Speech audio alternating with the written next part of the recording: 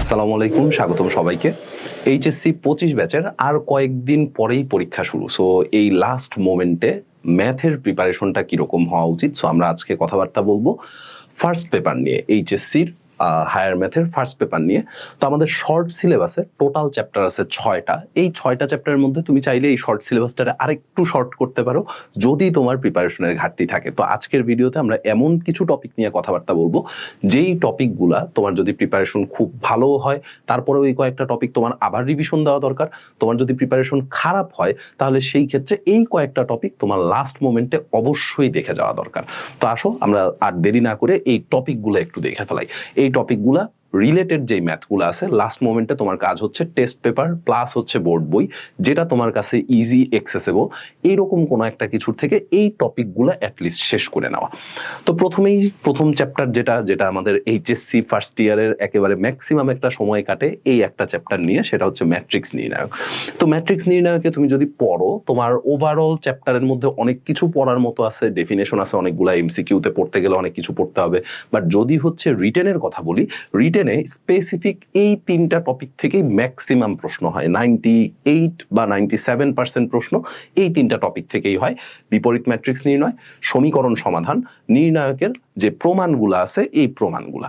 তো তোমার কাজ হচ্ছে বিপরীত ম্যাট্রিক্স 3/3 অর্ডারের বিপরীত ম্যাট্রিক্স কিভাবে বের করতে হয় এই জিনিসটা শিখা। তুমি যদি একটা ম্যাথ প্রপারলি ভালো মতো বুঝা করো বিপরীত ম্যাট্রিক্স কিভাবে বের করতে হয় 3/3 অর্ডারের জন্য, সো তুমি কিন্তু বাদ বাকি ম্যাথগুলাও পারবা।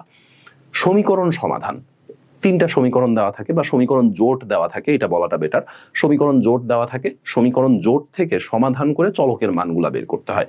সো তোমার এখানে সমীকরণ সমাধান করতে গেলে বেশ কয়েকটা প্রসিডিওরে তুমি সলভ করতে পারো। বিপরীত ম্যাট্রিক্স দিয়ে সলভ করতে পারো, ক্রেমারের সূত্র দিয়েও সলভ করতে পারো। তো সমীকরণ সমাধান করার জন্য কিন্তু তোমার বিপরীত ম্যাট্রিক্স লাগতেছে। তুমি যদি এইটা ভালো মতো পড়ো, বিপরীত ম্যাট্রিক্স যদি তোমার ভালো মতো পড়া থাকে, তাহলে কিন্তু তোমার হচ্ছে এইখানে আইসাও তুমি মোটামুটি একটা বেশ ভালো বেনিফিট পাবা। এই সমীকরণ সমাধান করতেও কিন্তু তোমার বিপরীত ম্যাট্রিক্স লাগবে। আর যদি প্রশ্নে উল্লেখ করে দেওয়া থাকে ক্রেমারের সূত্র ব্যবহার করে সমীকরণ সমাধান করো, তাহলে তো তোমার ক্রেমারের সূত্র ইউজ করা লাগতেছেই। আর যদি কোনো কিছু বলা না থাকে তাহলে তুমি ক্রেমারের সূত্র দিয়েও সমীকরণ সমাধান করতে পারো, অথবা চাইলে বিপরীত ম্যাট্রিক্স দিয়েও সমাধান করতে পারো। প্রশ্নে যদি বলা থাকে তাহলে স্পেসিফিক ওই নিয়মেই আগানো লাগবে। প্রশ্নে যদি বলা না থাকে তাহলে তুমি তোমার ইচ্ছা মতো যেভাবেই সলভ করো না কেন, কোনোটাতেই কোনো সমস্যা নাই। আর লাস্টে হচ্ছে নির্ণায়কের কিছু স্পেসিফিক প্রমাণ থাকে, যেই প্রমাণগুলো বারবার করে বোর্ড পরীক্ষায় আসে। তো তুমি এখন টেস্ট পেপার খুলবা, অথবা হচ্ছে যে বোর্ড বইগুলো আছে, আমাদের যে বোর্ড বইগুলো, ম্যাক্সিমাম বোর্ড বইগুলোতেই কিন্তু আসলে প্রত্যেকটা অঙ্কের পাশে রেফারেন্স লেখা থাকে যে এটা কোন কোন সালে কোন কোন বোর্ডে আসছে। তো তোমার কাজ হচ্ছে বিগত বছরে যেই প্রবলেমগুলো নির্ণায়ক থেকে বারবার বোর্ড পরীক্ষায় আসছে, তুমি জাস্ট ওই প্রবলেমগুলোই সলভ করো, ওই প্রমাণগুলোই হচ্ছে ভালো মতো সলভ করো, তাহলে তোমার মোটামুটি ওখান থেকেই কমন আসার পসিবিলিটি বেশি। এই লাস্ট মোমেন্টে নতুন প্রমাণগুলা বা যেই অঙ্কগুলো একটু কঠিন লাগতেছে নির্ণায়কের, এই প্রমাণগুলো এখন লাস্ট মোমেন্টে না করতে যাওয়াই বেটার। আর নির্ণায়কের জন্য একটু শর্টকাট বলে দিই যে তোমার যদি কোনো নিয়ম মনে না থাকে যে ভাই কোনটারে রো গুণ করতে হবে, কোন কি করতে হবে না করতে হবে, এত কিছু মনে নাই, ডিরেক্ট বিস্তার করে দিবা। প্রথম সারি বা প্রথম কলাম বা যে কোনো সারি বা যে কোনো কলাম বরাবর ডিরেক্ট বিস্তার করবে। ডিরেক্ট বিস্তার করলে অঙ্কটা হয়তো একটু বড় হবে, বাট একটু বড় হইলেও মিলবে। ক্যালকুলেশন হয়তো একটু বড় করে করতে হবে, বাট অঙ্ক মিলবে। সো যদি কোনো কারণে নির্ণায়কের প্রমাণ ডিরেক্ট কমন না পড়ে বা বিগত বছরের প্রশ্নগুলো না পড়ে, বা তুমি কিভাবে করবা সেটা তুমি বুঝতেছো না পরীক্ষার হলে, তাহলে ডিরেক্ট বিস্তার করে দিয়ে আসো, কিছুটা হইলেও নাম্বার দিবে। অ্যান্ড মানে প্রসেসটা যেহেতু ঠিক আছে, নাম্বার কাটার কথা না, 4-4 দেওয়ার কথা, বাট তারপরেও যেহেতু তুমি নির্ণায়কের প্রপার্টি ইউজ করো নাই, সো সেই ক্ষেত্রে টিচারের মেজার মর্জির উপর ডিপেন্ড করে নাম্বার কাটতেও পারে। সো ফুল মার্ক পাওয়ার পসিবিলিটি বেশি, তারপরেও যদি নাম্বার কাটে সেই ক্ষেত্রেও তুমি যা পাইতেছো এটাই আসলে বোনাস। ঠিক আছে, এরপরে আমরা আসি, এরপরে যাব হচ্ছে সরল রেখায়। সরল রেখায় ঢাল সংক্রান্ত সমস্যা। 2টা সরল রেখা যদি সমান্তরাল হয় এদের ঢাল সমান হয়, 2টা সরল রেখা যদি লম্ব হয় এদের ঢালের গুণফল হয় -1। সো এই ঢাল রিলেটেড যেই প্রবলেমগুলো আছে এই প্রবলেমগুলো আমার একটু ভালো মতো দেখা লাগবে। এরপরে সমান্তরাল ও লম্ব রেখার সমীকরণ। যখন আমার কাছে একটা রেখা দেওয়া থাকবে, আমার কাছে সাপোজ একটা রেখা দেওয়া আছে যে ax + by + c = 0, বা যে কোনো একটা র্যান্ডম সরল রেখা দেওয়া আছে। এরকম একটা সরল রেখা দিয়ে আমাকে বলল যে এই সরল রেখার সমান্তরাল সরল রেখার সমীকরণ বের করার জন্য।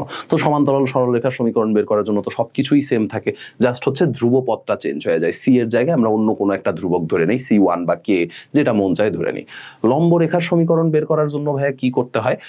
এক্স এর সহগ যাবে ওয়াই এর কাছে, ওয়াই এর সহগ যাবে এক্স এর কাছে, ওয়াই এর চিহ্ন চেঞ্জ, ধ্রুবপদ চেঞ্জ। চারটা কথা মনে রাখতে হবে, এক্স এর সহগ ওয়াই এর কাছে, ওয়াই এর সহগ এক্স এর কাছে, ওয়াই এর চিহ্ন চেঞ্জ, ধ্রুবপদ চেঞ্জ। এই চারটা কথা মনে রাখলে তুমি লম্বরেখার সমীকরণ বের করে ফেলাইতে পারবা। ক্ষেত্রফল নির্ণয়ের মধ্যে ক্ষেত্রফল হচ্ছে ত্রিভুজের ক্ষেত্রফলও আসতে পারে, বহুভুজের ক্ষেত্রফলও আসতে পারে। দুইটাই জাস্ট একটু দেখা যায়, শর্টকাট যদি মনে থাকে তাহলে ভালো, না মনে থাকলেও সমস্যা নেই। Half x1 x2 x3 y1 y2 y3 3 number কলামে 1 1 1 বসাই দিব। এরপর সেই নির্ণায়কের বিস্তার করলেই আসলে হয় 3/3 অর্ডার নির্ণায়ক। প্রপার্টি দিয়েও চাইলে তুমি নির্ণায়কের বিস্তার করতে পারো, অথবা ডিরেক্ট বিস্তার করে দিলেও হবে, এটা নিয়েও কোনো সমস্যা নাই। তো ক্ষেত্রফল নির্ণয়টা একটু দেখতে হবে যে কিসের ক্ষেত্রফল বের করতে বলতেছে। ক্ষেত্রফল নির্ণয়ের মধ্যে কিন্তু আরো একটা টপিক ইনক্লুডেড, সেটা হচ্ছে তিনটি বিন্দু সমরেখ হওয়া শর্ত।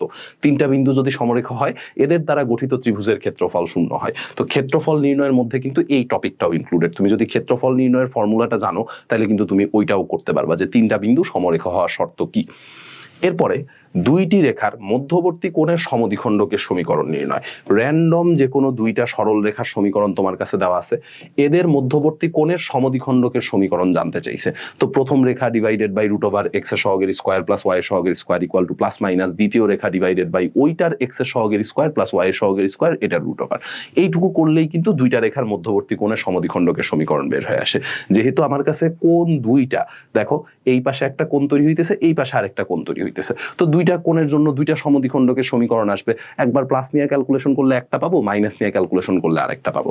এটা একটু দেখা যাওয়া লাগবে যে সূক্ষ্ম কোণের সমদ্বিখণ্ডকের সমীকরণ কখন পাওয়া যায়, স্থূল কোণের সমদ্বিখণ্ডকের সমীকরণ কখন পাওয়া যায়। সো এই জিনিসটা জাস্ট একটু বাসায় একবার চোখ বুলিয়ে গেলেই কিন্তু তুমি পরীক্ষার হলে অ্যান্সার করে দিয়ে আসতে পারবা। আর লাস্টে রেখার সাথে উৎপন্ন করে, কোণ উৎপন্ন করে এমন রেখার সমীকরণ, ওই যে ভাইয়া ফর্মুলা মনে আছে, দুইটা রেখার মধ্যবর্তী কোণ tan θ equal to plus minus m1 minus m2 divided by 1 plus m1 into m2।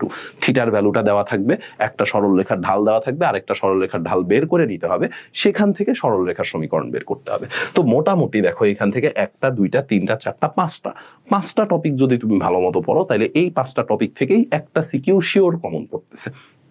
কারণ চ্যাপ্টারটা কিন্তু বড়, টোটাল প্রায় 7টা অনুশীলনী, সবগুলা বইতেই মোটামুটি 3.1 থেকে 3.7 পর্যন্ত, প্রায় 7টা অনুশীলনী।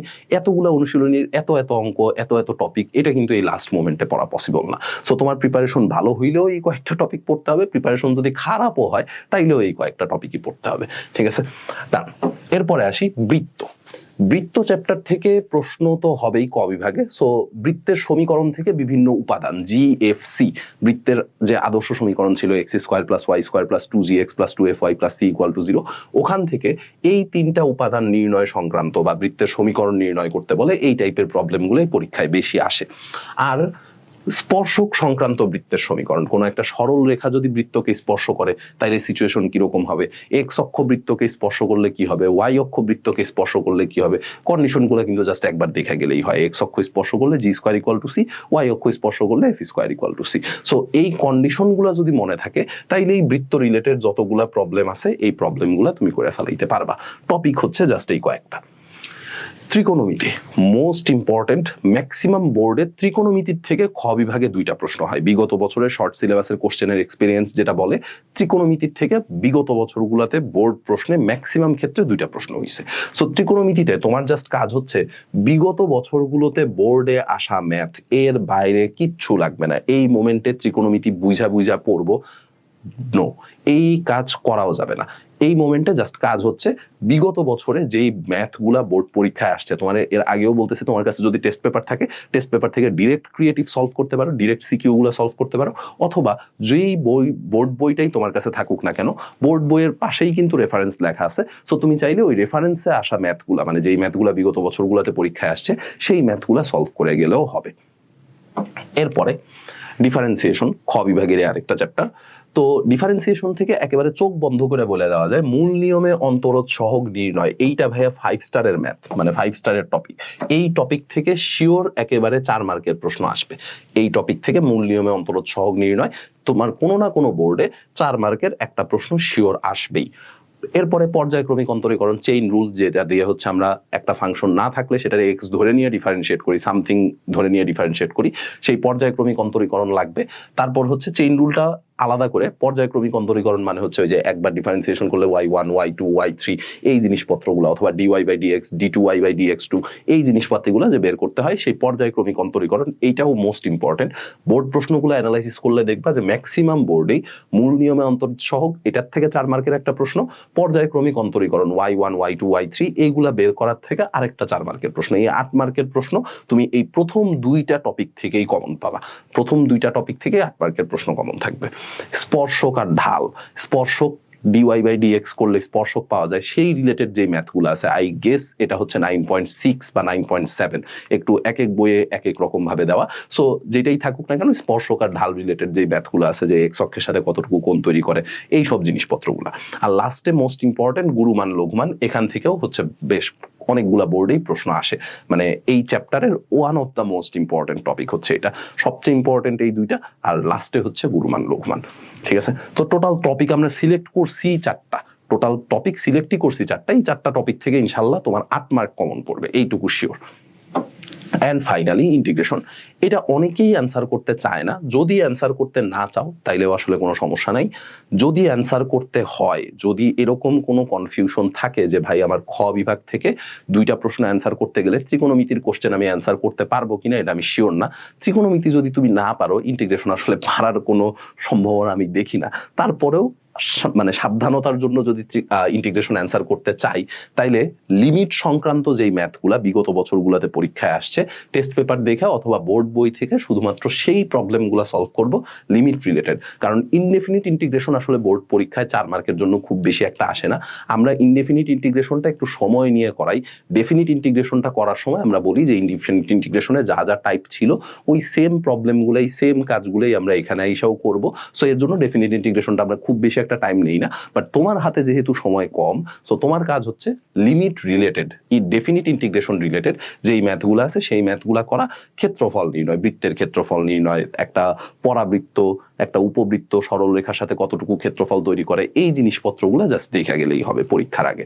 তো মোটামুটি প্রত্যেকটা চ্যাপ্টার থেকে আমরা সর্বোচ্চ 4টা বা 5টা টপিক সিলেক্ট করছি। অ্যান্ড শর্ট সিলেবাসের যতগুলো চ্যাপ্টার আছে সেখান থেকে সব মিলায় হয়তো 20 থেকে 25টা টপিক সিলেক্ট করা হয়েছে সব মিলায়। সো এই 20 থেকে 25টা টপিক তুমি যদি একেবারে লাস্ট মোমেন্টে পড়ে যাও, তাহলে আশা করা যায় যে তোমার একেবারে সুন্দর মতো একটা পরীক্ষা তুমি দিয়ে আসতে পারবা। বেসিক যে অঙ্কগুলো আছে, মানে খ আর গ নাম্বারের যে প্রবলেমগুলো, এই প্রবলেমগুলো তোমার কমন পড়বে।